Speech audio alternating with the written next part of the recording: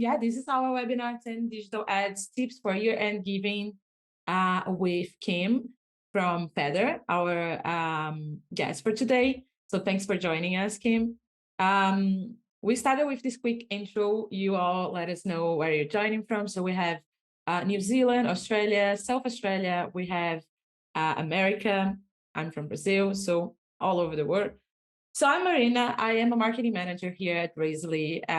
We've been working to bring to you those types of content about how to improve your fundraising strategy, especially your digital fundraising strategy. And today, Kim, who is an associate director of sales at Feather, is joining us. I'll just go and give you a quick word on Raisely before we get started.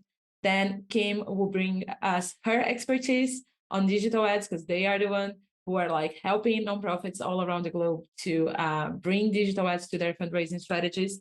And we'll make sure to leave you a couple of minutes at the end of the session so we can answer everyone. So make sure you are dropping your questions in the Q&A and asking whatever is your question or your suggestion or your concern. Just let us know.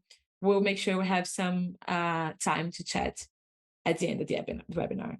So what about Raisely? Raisely is a fundraising platform. We are a very global company. So I'm joining from Brazil, but our team is spread across multiple countries and many, many time zones. We just were in Australia 2 weeks ago for an in-person retreat, which was amazing. And we are a mission-driven team. We started as an agency years ago for charities and nonprofits. And we started building a fundraising platform actually when our founders realized that it was too expensive to make an actually good fundraising platform that was white label, so that has the brand of the charity come in first. We decided to make that our mission and to create that platform. And then to make sure it was available and accessible for every charity around the globe, no matter what size of their budgets are or what size of their teams are. So far, we have raised already more than $300 million in our platform, and we are a proud B Corp. We have purpose baked into our constitution. We are an employee-owned company, so we're really proud of what we are building and really glad that you can join us and build what we imagine as the future of fundraising and make sure we have the tech available for it. So this is our template. If I would choose any feature to show Raisely for you, it would be the amazing Raisely templates. We, as I told you, we make sure that that the fundraising websites that are built using our platform look very professional and very branded. And the way we do that is by providing templates for you to edit and make it your own if you are creating a fundraising campaign. So each one of those templates will be suitable for one type of fundraising. This our recently launched Giving Day template. So it comes with a really nice match giving calculation. It has, of course, your fundraising progress bar over here. So as you can see, it's all optimized to tell the story for a one-page campaign, which is a Giving Day in this case.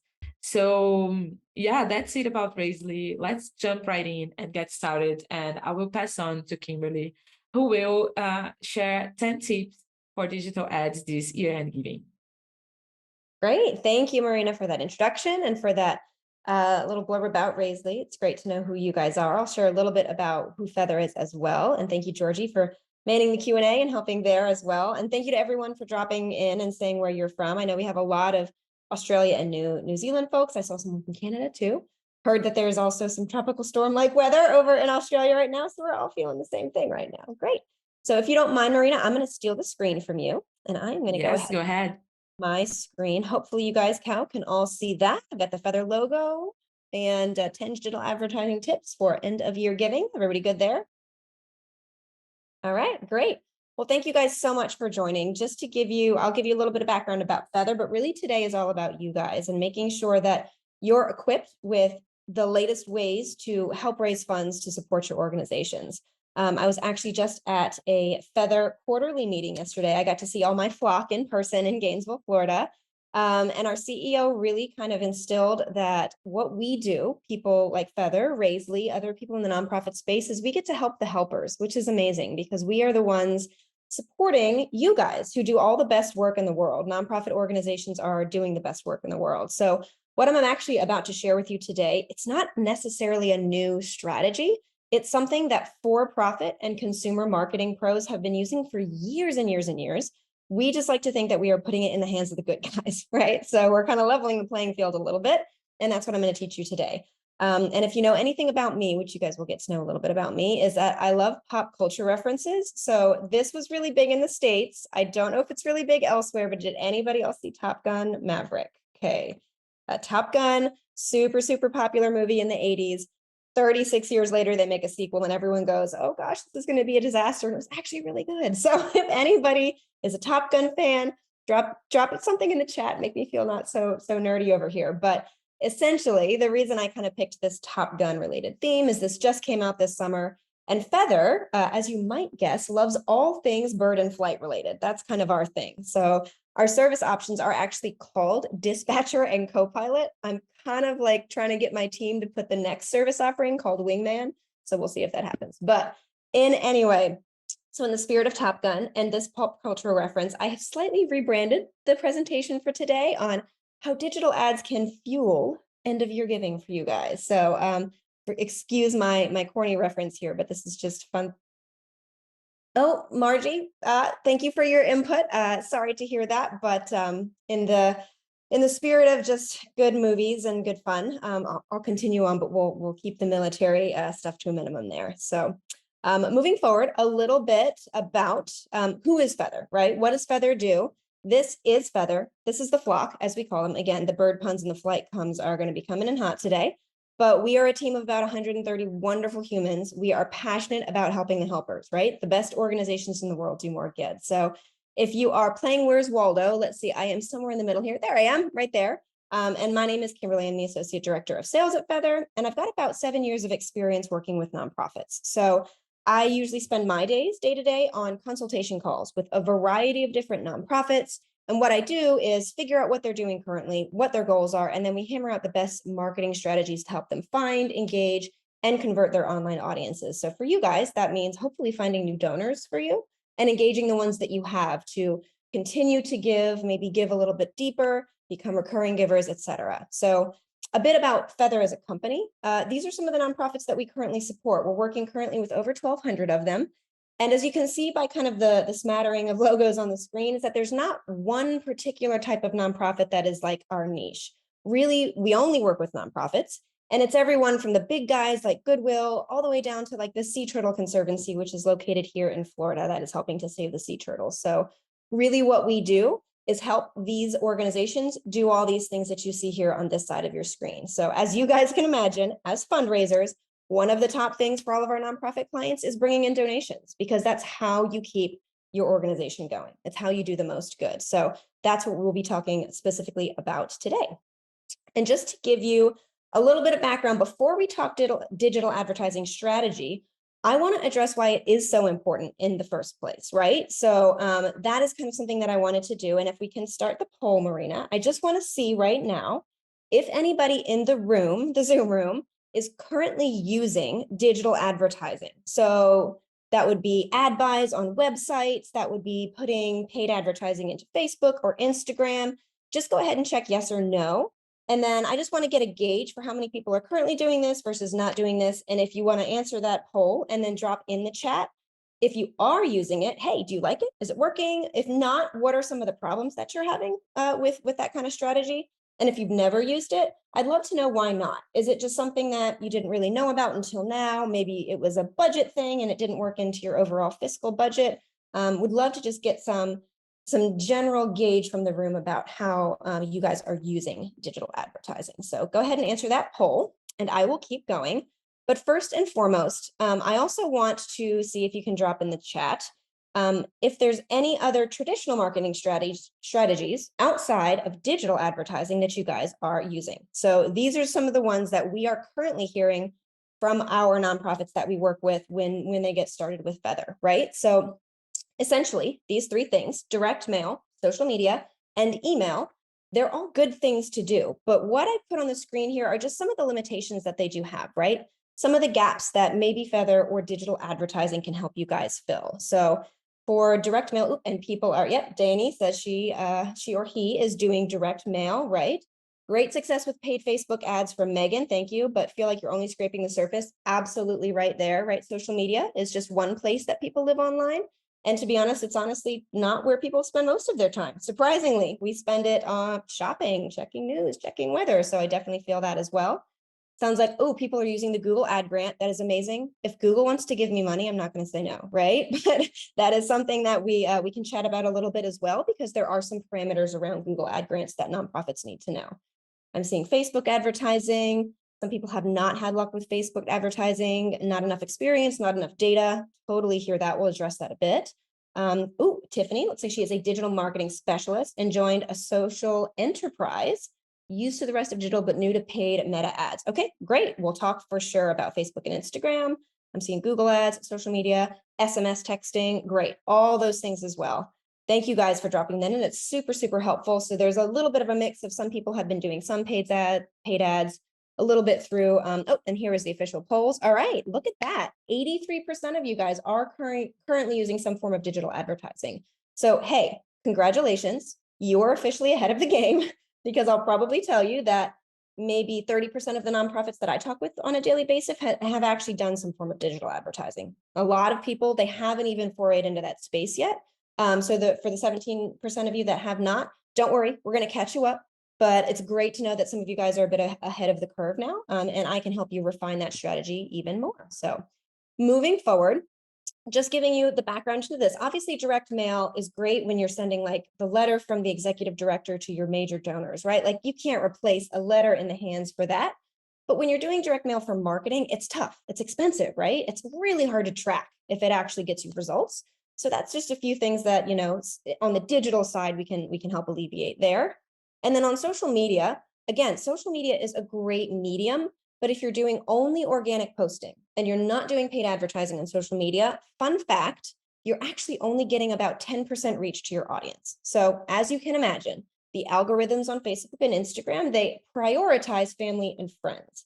They don't prioritize organizations and pages as much. In fact, so much that you really only get about a 10% reach. So think you've got 3,000 followers, almost 300, maybe less, are actually seeing your post if you're posting.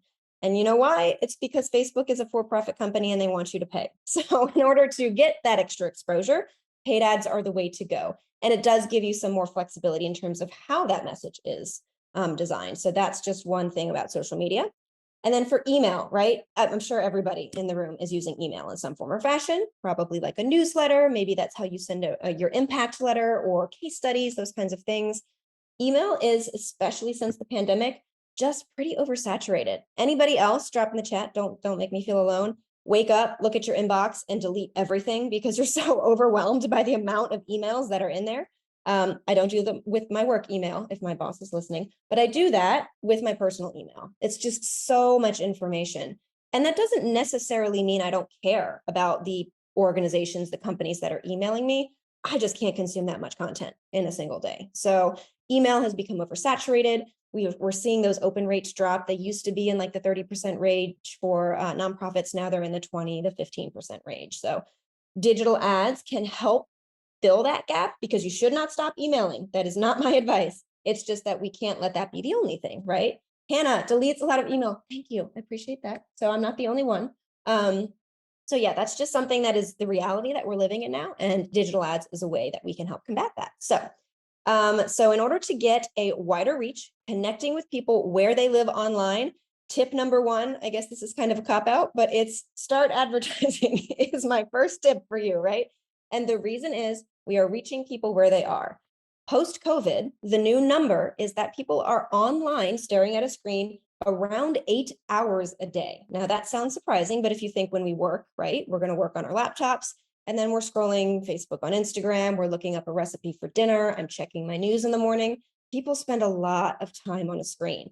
So in order to reach them, you have to meet them where they are. And I'm going to help you guys make sure that the right things are in place so you're ready to maximize digital advertising, because advertising obviously is something that you have to spend money on. So before we spend money, let's make sure all the things are in place so that we can maximize that ad spend. So tip number 2 then is to audit your online giving experience. So you're inviting people who are online to come to your website and donate. That is the goal, right? So is your website ready?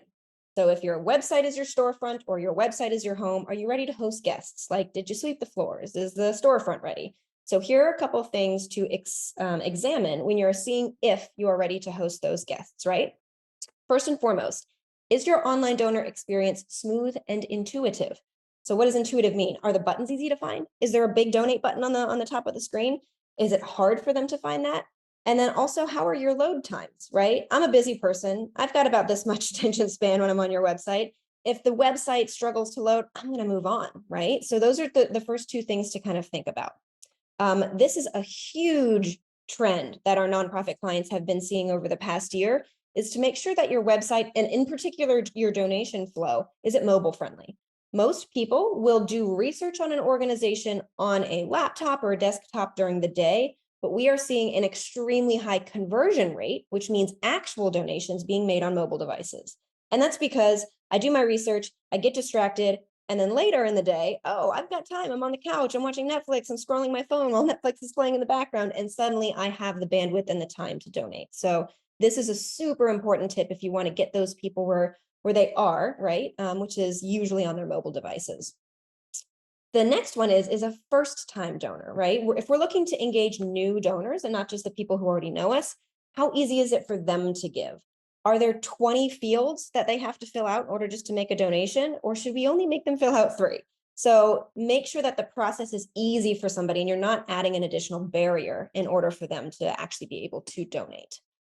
Does the copy on your website sound like a human? And I know that sounds kind of funny, but the reality is we love our mission so much and we want to do it justice. And sometimes it gets very overwhelming. We want to simplify it. We want somebody to read those first couple sentences and go, yep, I get it. I know exactly what you do. And I know what my donation is going to provide to you. So we want to make sure that it's aligned with your brand, but it's got to be easy to consume, because as we've kind of alluded to already, we don't have any bandwidth, right, to waste time anymore. So we have very short attention spans. Make sure that those things are super simple to understand.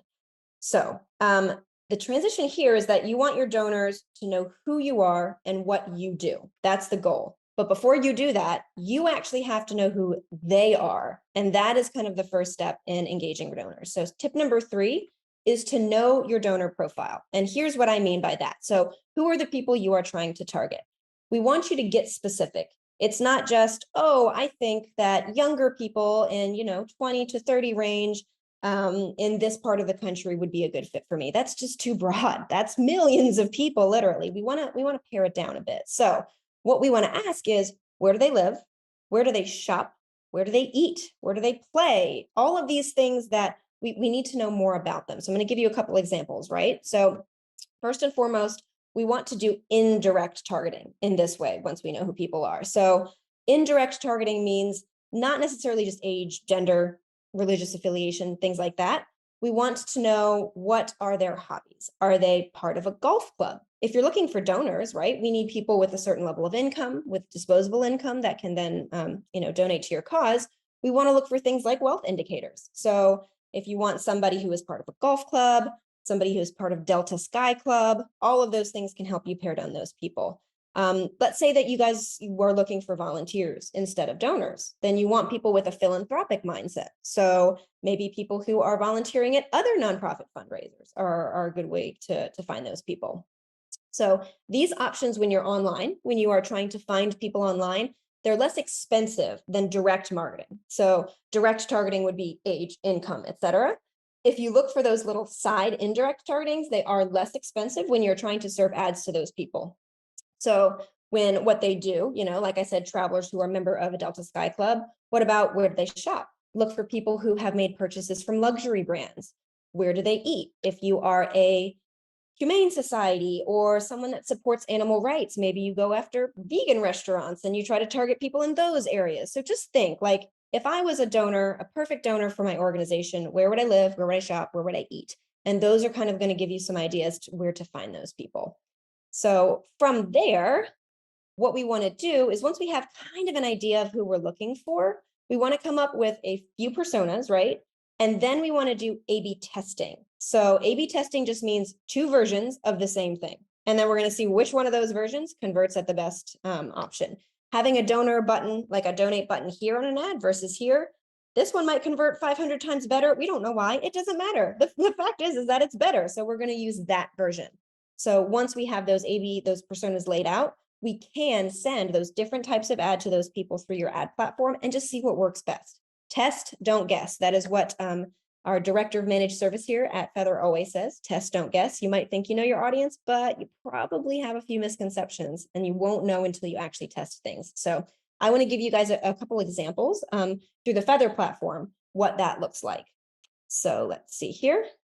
So this is an example of targeting. This would be direct targeting through the Feather platform, right? So we have a wealth of access or an access to a wealth of third-party data like income level, education level, preferences, et cetera.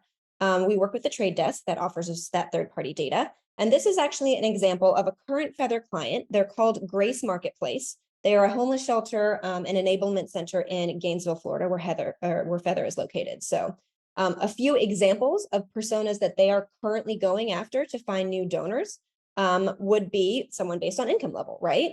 So one persona may be a more established professional, higher income, but another person might be a University of Florida student who doesn't have a high level of income, but is really interested in public health for their community. They might not make a major gift, but they might make that initial donation and then continue to donate over year. And as they grow and as they become a more established professional, now they're part of your family. Now they can become that recurring donor that we're looking for. Here's another example that Grace used. So they got really specific here. They said, we are looking for people who make between $100,000 and $200,000 a year. We would like them to be retired in that age bracket and somewhere in the suburban area, right? You can get super granular when you're looking for particular people that you would like to go after and serve them ads and get them interested in what you do. And then here's another example as well. We can also target people based on the industry that they work in and their title. So if you're looking for volunteers and you need somebody to help plan your event and you want to go after an event planner, we can look for that. Maybe you're looking for a major gift from a corporation and you need to get in front of the CEO in order to do that. You can do things like target people based on their title at their jobs. So once you have some of those personas laid out, think about who are the people you want to get in front of. That's when you can specify a certain physical location where these people are located. So I'm not sure the organizations that you guys are working for, but if you're not international, we don't want to pay to serve ads to people all over the world if it's not relevant to them. We want to zoom in on the place that we are focused on. So you can see here for Grace Marketplace, they are a Gainesville, Florida homeless shelter. They only want to talk to people in Gainesville, Florida, because those are the most likely people to donate to their cause.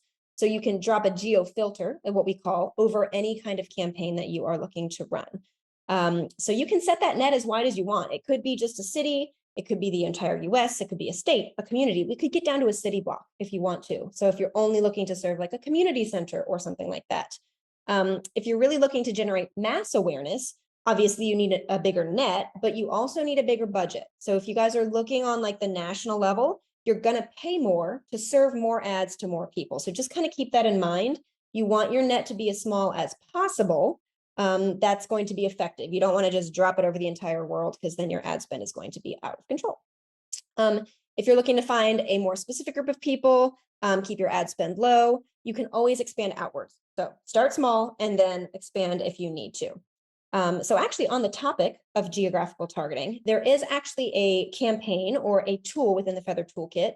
You might have heard of it because it is obviously available elsewhere, called geofencing. Anybody here heard of geofencing? Just drop in the chat. And I promise I will get to your questions and to the chat in just a moment and take a look at some of those questions and give you guys some answers. But geofencing, remember how we talked about finding people where they live, work, and play?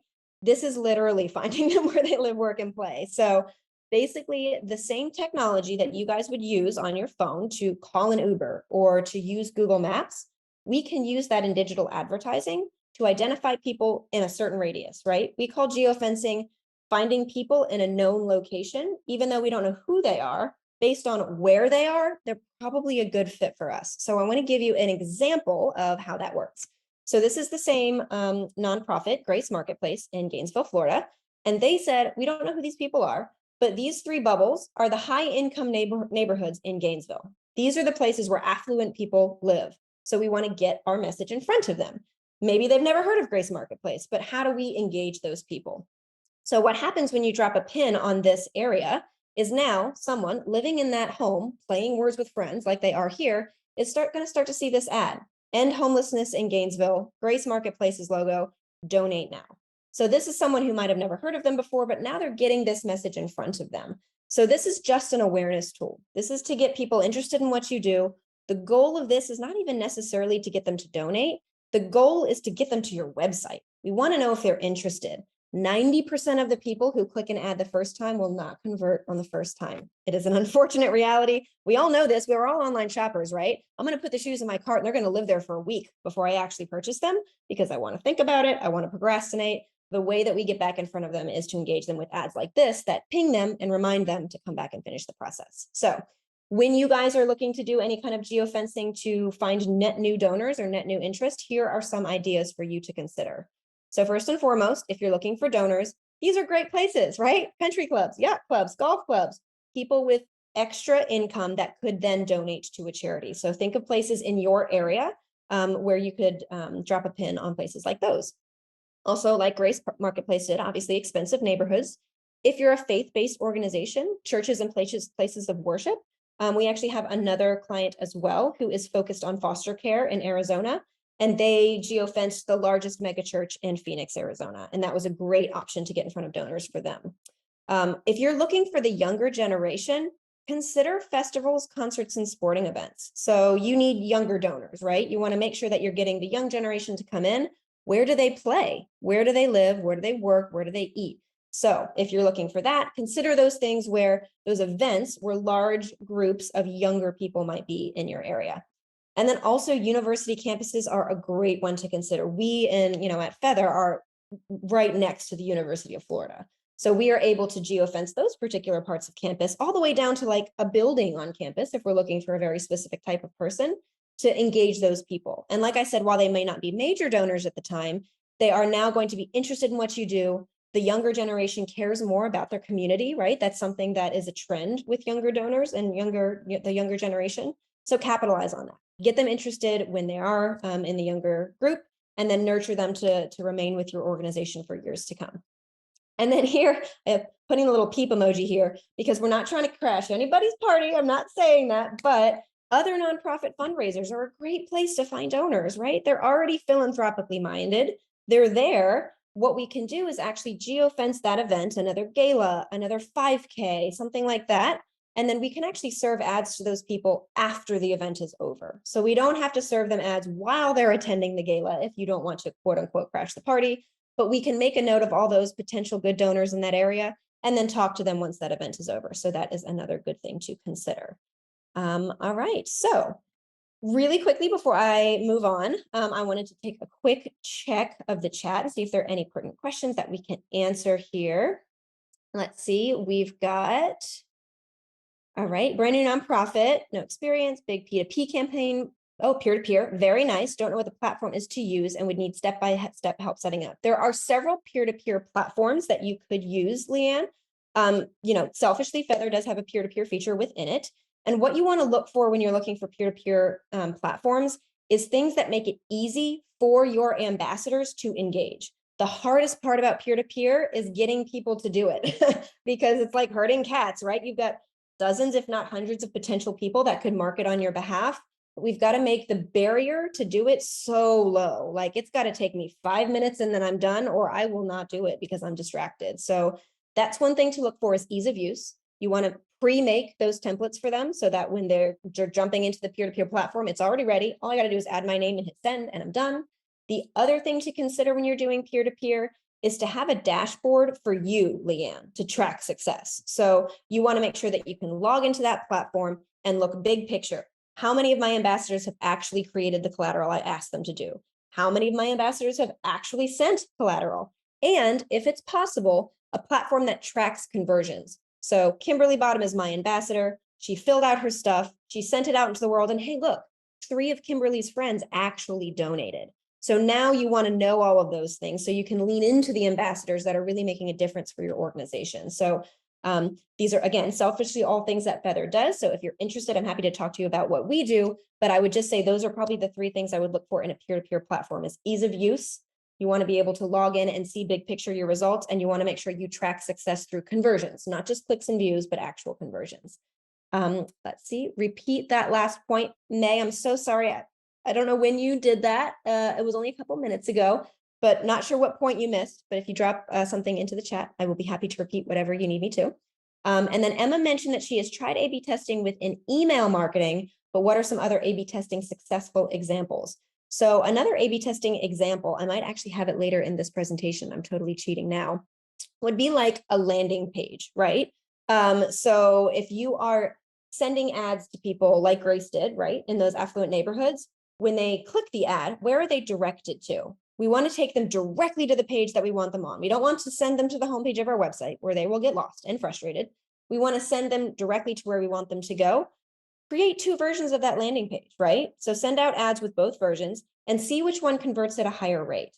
So there is actually, I think, in this presentation later, an example of 2 different landing page A/B testing, and you might be surprised at the results. So I would say, other than A/B testing ads, A/B testing landing pages is great, and A/B testing email subject lines. So if you don't delete the email, what you want to do is capture their attention. Send the same email with a different subject line to half of your, one subject line to half and another subject line to the other half of your email addresses, and see which ones get better conversion rates, and then lean into the one that actually works. Perfect. Leanne, we can talk later. And May, so other nonprofit fundraisers. Yes, if we're talking about geofencing, who else in your community or in your area is also a nonprofit and is also engaging donors? When they host an event, a gala, a 5K, a volunteer opportunity, whatever the case may be, that's when geofencing can be really helpful for you, because we would geofence that particular area for that particular amount of time. It might only be a night, right, or a day when that event is going on. And then all of the devices that walk into that geofence are now in your little bucket. And you don't have to talk to them right away. You can wait a day or 2 until the event is over, but then you can start to serve that person ads. And we know that they're a potential good fit because of that fundraiser that they were at. So that's kind of the, just to reiterate that point for you, May. All right, great. I'm going to pause there for questions. I promise to come back and look at the Q&A, but we're going to move on to tip number 5 for you guys. Okay, if there's one thing, everybody stop. If there's one thing that you take away from this webinar, it is to do this thing. Retarget your website visitors. These are your hot leads. So everybody here has probably shopped online, right? We've all done it. If you purchase something, or if you're looking at something and you're interested and you don't purchase it right away, how often, if you don't see an ad, do you really go back and purchase that thing? Probably not very often, because life happens and you forget and you get in the way, but you were really interested at one point, you just got distracted. This is the biggest thing that people are neglecting to do in the nonprofit space, and that is talk to the people who are already on your website. Now, these people, they're anonymous, right? They haven't filled out a form yet. We don't know who the human is behind the screen, but the minute that my laptop visits your website, you should know that I'm there and you should know what I've clicked on. That way you can reach back out to me and nurture that interest. So, as I've just kind of alluded to, this comes from consumer marketing. They have been doing this for decades. Amazon, Google have been built on this strategy. They make a note about what you care about, and they remind you, sometimes relentlessly, as you live your life online. So you Google the shoes, you don't buy the shoes. That is a really expensive pair of New Balance shoes, by the way. But then later on, and I have to give the media team props here, worn by supermodels and Londons and dads in Ohio. That's genius marketing right there. But anyway, this is something now you're scrolling, you're living your life on Facebook or wherever else, and now you're reminded about the shoes that you did not purchase. What does that look like in the nonprofit space? This is one of Feather's clients, the International Justice Mission. They're a very large nonprofit, and they are dedicated to ending slavery, sex trafficking worldwide. So I go to IJM's website. I'm interested in what they do. Let's say I click the Give Now button, but I do not donate. I get distracted for whatever reason. Now, when I'm on the Food Network later looking up a recipe for dinner, I have this nicely placed ad that's reminding me that I will impact countless lives if I just take 5 minutes out of my day to come back and donate. This is what we want to do. We want to make sure that the people who've already shown interest in us are being nurtured first and foremost. Before you go find new people, find the people who already know a little bit about you and nurture them. You will get the most bang for your buck out of it. So, in a nutshell, making a note of everyone who visits your website, well, then what? So retargeting ads, right? You want to follow supportive and prospective donors around the internet. That's the goal, right? You want to keep your organization top of mind. Now, I do want to say that there is a very big difference, right, in how we retarget consumer people and retarget nonprofit supporters. New Balance might beat your head or beat you over the head with those ads to the point where you're like, I don't want to see one more pair of gray shoes around the internet. That is not the goal with nonprofit fundraising. We do want to keep just the right amount of nudges and as people live their life online. And to be frank, we don't have the ad spend. We don't have the 6-figure ad budgets that New Balance has anyway. So there is a nuance there. And that's something that working with a nonprofit specific tool will be really keen in. So things like Raisely, things like Feather, really who only work with nonprofits is a good way to go there. It's super powerful for re-engaging those recent website visitors. And honestly, the biggest thing that it is, it's just a reminder. We're all super busy. People will not convert on the first try. This is why we need to stay in front of them. So this is just an example of that same IJM website, right? Or IJM ad on instead of a mobile device on a laptop when somebody is, reading their news. And this was in particular around their international or their holiday catalog. So these people might have visited their website a couple months ago, but guess what? Now we have a holiday appeal. Let's go ahead and send those people a specific holiday ad to get them re-engaged. And this actually worked really, really well for IJM. They ran an initiative where all they did was retarget their website visitors, and they raised over $100,000 in that amount of time, just because there was already so much interest on their website and they just had to nurture those people. So I'd be happy to send anybody the link to the actual report. This lives on Feather's website if you're interested in reading how they did it. But they basically just focused on the people already there. And they spent a few $1,000s to serve the ads, but they made over $100,000 in ROI there. So that is my website down at the bottom of the screen. If you want to email me for any reason or ask for that, send the actual report. Happy to do that, Tiffany. And without fail, the FedEx guy comes in the middle of the webinar. We all work from home, right? It happens. So sorry for the doorbell.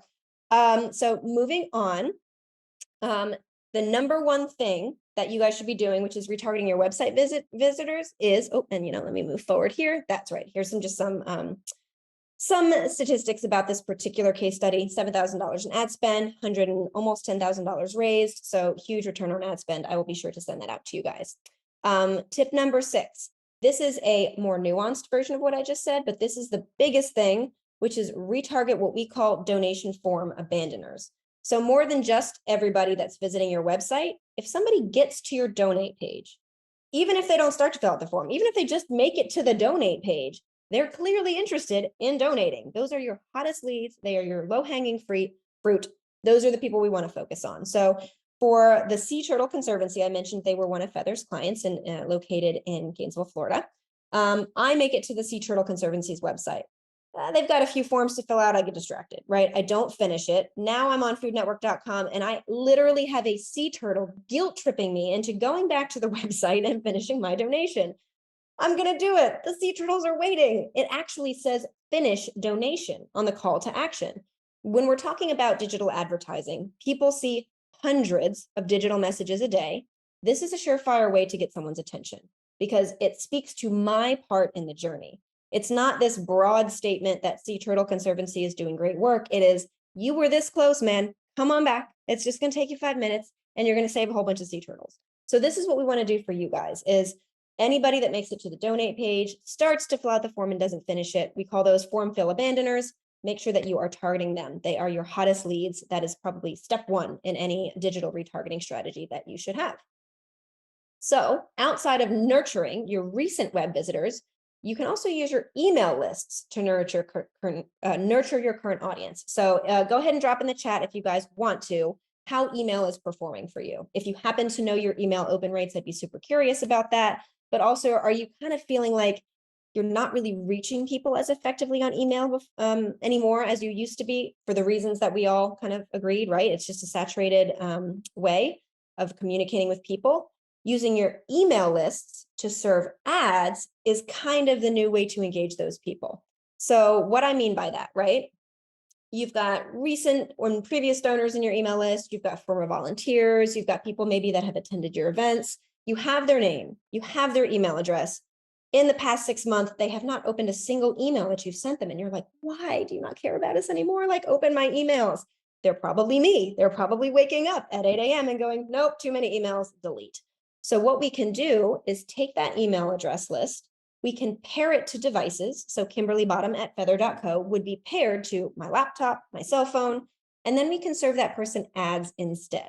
So that's just like me personally. I'll delete your email, but if you serve me an ad on Instagram, there's a good chance I'm going to see it and click it, because that's me as a human. That's where I consume content best. So serving ads to people who have stopped opening emails is a great way to re-engage them as they live their life online.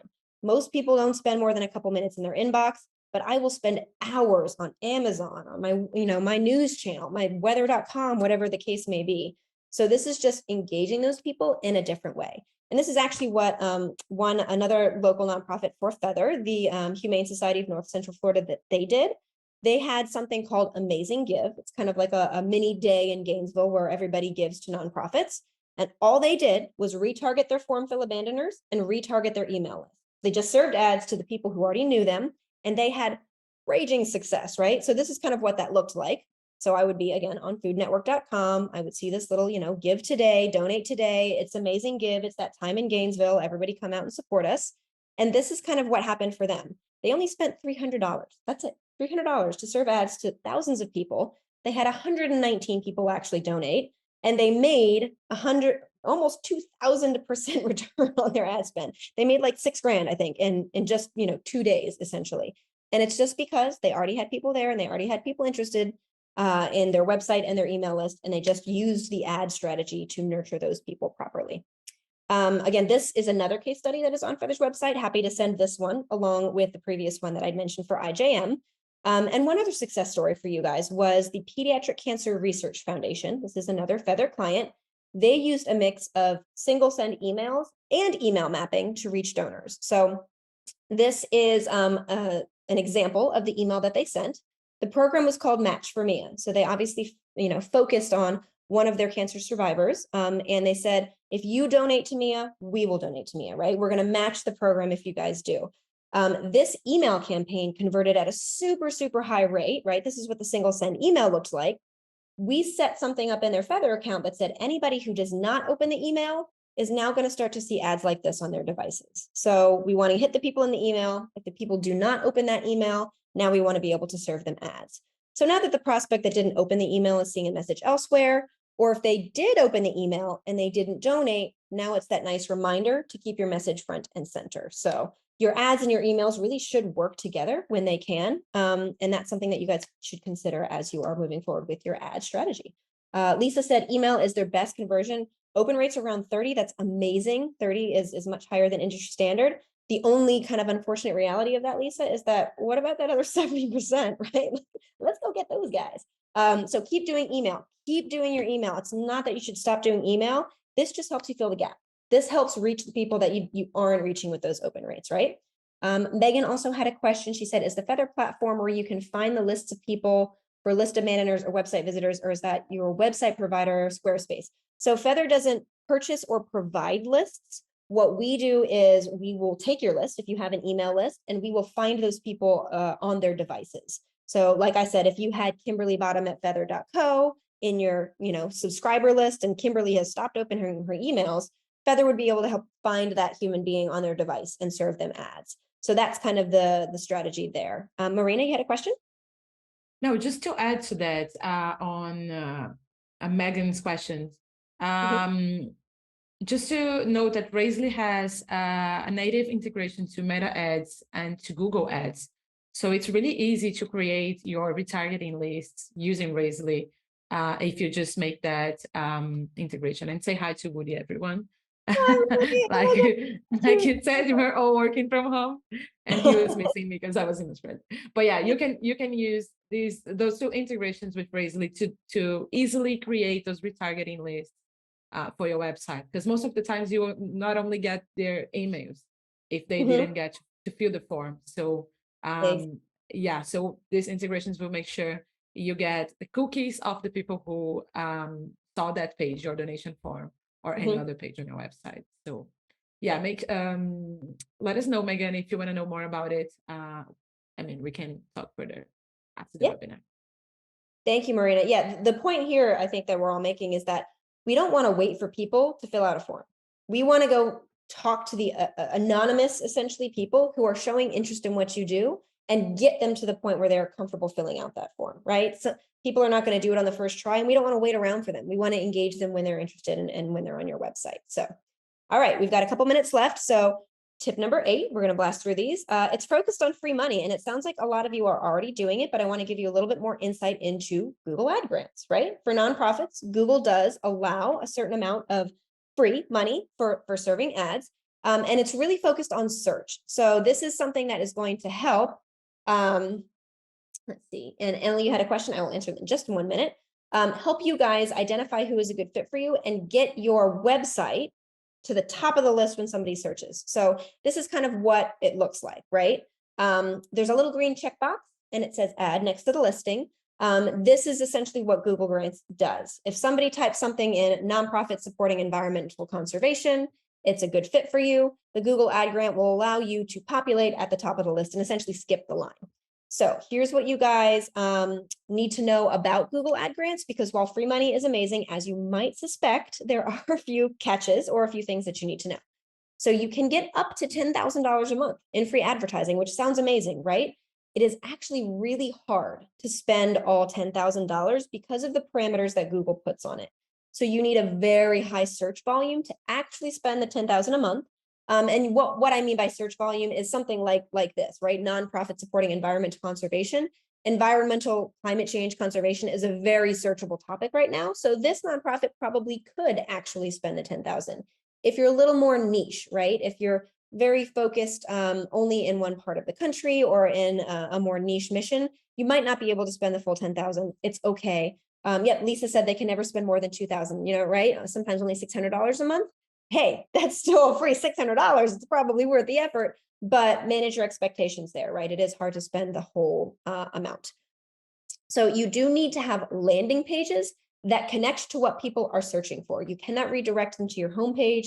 So if you're considering that, you should either have a landing page builder, Feather has one built into the software, or just creating that landing page through WordPress or whatever website that you are currently using.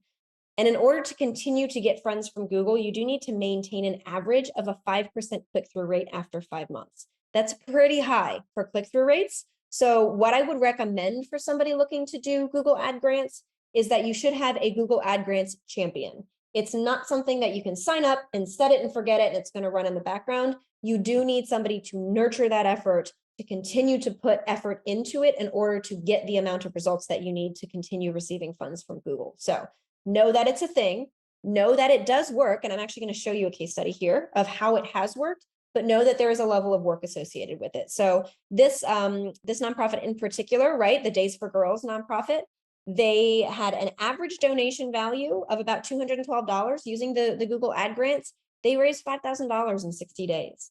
So they had 400 plus conversions in that 60-day period because they used it well. So it works, if it works, it works. You just have to do the work. So we actually have a couple of our clients where the Feather Services team is handling their Google Ad Grant right now. And I can tell you, it is quite a bit of work. But if you guys do have a digital person focused on that space, that would be a great task for them to capitalize on that free money from Google. All right, guys, tip number 9, we are almost near the end, and then we will answer the questions that you guys are popping into the chat box. Tip number 9 goes back to the start, that stat that we had earlier in the session, that 90% of the potential donors visiting your website do not donate the first time around. So we have to take our donors on a journey. Anything digital now, like I said, 90%, that is an actual statistic, 90% of people do not convert on the first time they research something. That's consumer facing, that is nonprofits facing, et cetera.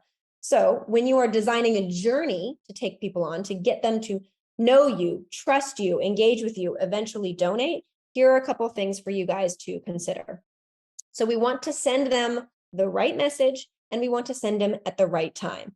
We have already identified that if you email Kimberly at 8 o'clock in the morning, that is not the right time. I will probably not get it. But if you send me that message at 6 p.m. when I'm scrolling Instagram after the workday is over, it probably is the right time. So this is how we kind of identify those things for our potential donors. So you want to first and foremost identify the key phases of the journey from beginning to end. Are they brand new? Do they not know who we are? Do they need a little more background before we make that ask for the donation? If they're a previous event attendee or a previous donor, they probably don't. They probably just need something that is going to re-engage them.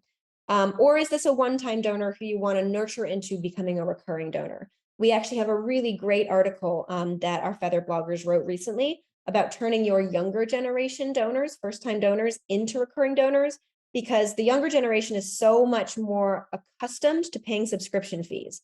Spotify, Netflix, it just comes out of my account every month. It's fine. So if they find a nonprofit they truly care about, they're much more likely to say, sure, add it to the subscription list. I can donate $10 a month to this cause. So I'll be happy to send that particular blog to you guys if you're interested in reading it. But that's what you want to consider. Are they brand new? Are they a one-time donor that we want to nurture? Are they an event attendee that we want to turn into a donor? Who are these people that we want to talk to? The next thing is to tailor your ad copy and your landing page to that donor funnel stage. So instead of like sporadic content on organic channels, you want to reach them with the right ad at the right time. So if they are a new donor, you want to take them to a page where they can learn about what you do. If they're a previous donor that we want to turn into a recurring donor, maybe you just take them directly to the page where they can become a recurring donor. So know who you're talking to, who you're serving that ad to, and what they need to not only see in the ad, but where they need to land after that happens. So nurturing donors online looks like this: impact reports, testimonials, success stories.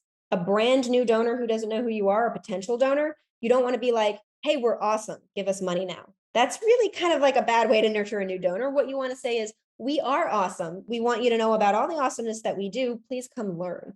Come learn about what we do. If they make it to that impact page, hey, guess what? If you're tracking your website, you can now make a note that they visited that page. And when they leave without donating, the next message can be, come back and become more involved, volunteer, donate, etc. So instead of just randomized kind of sporadic content on organic channels, which is kind of what we've been doing up until this point, this is where like the algorithm might kind of like kick you out and you might not get the exposure that you're looking for. A programmatic advertising approach will automatically serve the right ad to the right person at the right time. This is something that at Feather, because everything, like I said, is bird or flight related, we call this automatic journey a flight. So it's really just a marketing funnel, but bear with me, we call it a flight. So this particular flight was a flight for donations for the Pediatric Cancer Research Foundation. So the top of the funnel, which is to find net new donors. So reach new audiences with interest, targeting them by their demographics, age, income level, etc. What are they searching for online? Are they a good fit? Where are they located? Are they a good fit? And then we want to inform them and hook them, and they can learn more. Once we hook them and we get them to the website, we want to nurture them with retargeting. When they came to our website, what did they click on? What do they care about? Serve them messages with relevant content to that. And when you do a programmatic approach, this is an automatic process. You do not now have to log into Feather or whatever platform that you have and push a button to send Kimberly Bottom that message. Based on my activity and behavior, that platform will automatically send the right message to that person. And then for the people that do not convert, donate, sign up, attend our event, whatever it might be in the middle, this is where the end of the funnel comes into play. This is when we send that Sea Turtle Conservancy ad that has the sad looking sea turtle guilt tripping me into finishing my donation. You want to convert those high intent audiences to make a donation, and you want to make it urgent. You want to make it so that don't miss out. This is something that you have to do now. And this is an example of that as well for the Pediatric Cancer Research Foundation. So this was the ad that we served to brand new donors, right? We've got people saying, help ensure they have a new tomorrow, fund pediatric cancer research now, get people to come to the website. Once they're there and they care a little bit more about they do, this was that specific Match for Mia program. Okay, now we're going to serve them an ad that is honoring somebody that they're going to latch onto. This person who they can actually help with their donation. Let's remind them about the power behind the gift. And then the call to action. people who did not finish that donation. They cared about Mia, but they got busy. Now we want to hit them with a very personalized ad that says, finish your donation today to help save a life. And that is a really good journey for a donor to go on. And this would help convert them at a higher rate than them just being cold and reminding them every once in a while about what we do. So this is just an example that I hope is helpful to you guys. All right, last tip, here we go. During this journey, the most important part to drive conversions, if that part that you guys are all most passionate about, and you all probably do really well already, is to tell your story. So serving ads with your logo and a donate button, I think we all kind of figured that out. It doesn't do it. We need to tell people a little bit about why they should care within that ad copy. So every advertising strategy needs a content strategy, and here's what we can do in order to do that. So keep the scent of your message kind of cohesive for the user experience. So the ads that you serve, the landing page it connects to, they need to complement each other. Just taking them to the homepage, that's going to cause a drop off. People will not engage after that. Landing pages are great for cold audience messaging. It should be informative, give more details, and then you send them to a landing page where they can learn more. So we want to make sure that people are getting the message that resonates with them best, like that Match for Mia with PCRF was a great example. Time-bound initiative where your donation will have the most impact if you give now, because those funds will be matched for Mia. We want it to be evergreen as well, right, for certain things. So the great thing about having a marketing funnel is you can reuse content for each phase of that journey. So because your prospective donor will only see the content that's relevant to them, depending on what the stage they're in, you can reuse that content without it popping up, a million times in front of the same person. So let's say once I read your impact report and I move into that next stage of the funnel, I'm no longer going to get those ads with the impact report because I've already done that. I'm done. Now I'm only going to get ads from the next phase of the journey. So that impact report can be used for a long time because it's not being served to your entire audience, only the people in the relevant phase of that funnel. So this is just to give you guys a little bit of background in terms of how to develop that content strategy and make sure that the right people are seeing the right message at the right time. Okay, it's 5:02, so I apologize for going a little bit longer. I actually told Marina we might end it early, but sorry for the overage. Thank you guys for sticking around. Happy to answer questions now. I see a couple in the Q&A and a couple in the chat, so I'll go ahead and hit those. Let's see here. All right, we are going back to, oh, there's quite a few in here. All right. We're talking to Megan. I see Megan. All right, so Tiffany asked, should we let Meta do an AI optimization for you for creatives? Okay, gotcha. So if you want to do your Facebook and Instagram advertising directly through Facebook and Instagram, some tools like Feather will allow you to do your Meta property ad serving through this actual platform. So you now don't have to log into 50 different platforms to do all your advertising. But that is something that you can absolutely do if you want to use the platform to do that. It's not something that I personally, full disclosure, have a lot of experience with. Our services team probably has a lot more experience with that. So if that's something that you're interested in on a more granular level, I'm happy to connect offline and give some insights into what they know about that.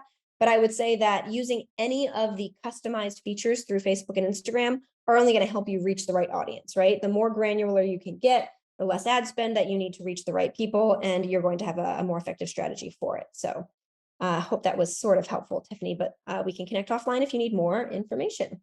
Happy to send the blogs. Yep. Sorry, if I can add to that, from our experience at Gracely working with Meta ads, I would say that you try to have at least 2 or 3 creatives per ad group, if you will. So at least you're giving the platform one opportunity to optimize on whatever's better for your audience. And we had such great results trying to understand from automatic placements. So letting Facebook optimize placements. We had some really interesting insights, learning about where people consume those ads. It might be Facebook, Instagram stories. It might be on Facebook itself. It might be on Instagram Reels. So I would say, as a best practice, try to give the platform a little bit of playroom so they can try and serve those ads to your audience and see what works best. And from them, you can start optimizing them over and over. So yeah, if you're not letting them do all the optimization through AI, at least some optimization is always good. So you learn a lot. Exactly. And like Marina said, test, don't guess. Have a few options and then see which ones work and lean into those for sure. It looks like May was asking a question about open rates and click rates that you can consider good. So for the nonprofit space, if we're talking about emails, right? Open rates, like I said, are typically in the 15 to 20% range right now for the nonprofit space that we are finding with the clients that we work with. If you have higher rates, that's great. But really, whether or not you have high or low rates, the point is that email is no longer like the silver bullet. We can't just count on people to open an email and know what we do. And even if they open the email, they're probably going to forget by, I don't know, 9:30. So the goal with ads is to support that strategy, is to touch them a little bit as they live their life online. The new statistic post-COVID, because we have so much messaging coming at us, is that it takes 10 to 15 online touches to get somebody to engage with content. So they have to see that ad almost 10 times before they actually go, oh, click. So that's why sending 10 to 15 emails is obviously just not an option. We would get a whole bunch of unsubscribes. Ads allow us to do that gradual touching as we go through. May, if you were considering click rates for ads, if you're talking about a cold audience, the average industry click-through rate is 0.2 to 0.3%. You should be seeing higher click-through rates if you are utilizing programmatic advertising through a tool like Feather, because what we're doing is we are serving messages to your warm audience. So that industry standard is based on a cold audience who doesn't know who you are. Our conversion campaigns, like that cart abandonment or that form fill abandonment campaign, can get upwards of 2, 3, 4, 5% click-through rates because these people know who we are, they care about what we do, and we're just getting them to take the next step. So those are some statistics around click-through rates, if that is helpful. Let's see here. Okay, thank you, Lisa. She had to go. Thank you. Everybody just said thank you. I think that's it for questions. I'm always happy to answer any more if you guys have any other questions. My email address, kimberly.bottom@feather without the e.co, so FEATHR.co. Happy to engage, happy to answer any other questions if it's helpful, but thank you guys so much for attending today. This has been fun. Thanks, Emily.